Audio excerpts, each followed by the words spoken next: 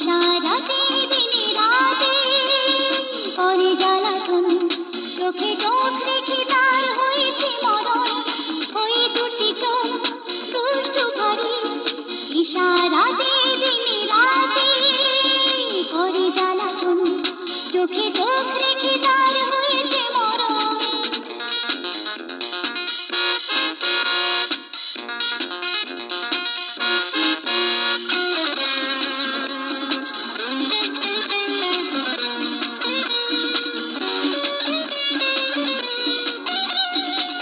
যখনই আমি রই একলা, তখনই শুরু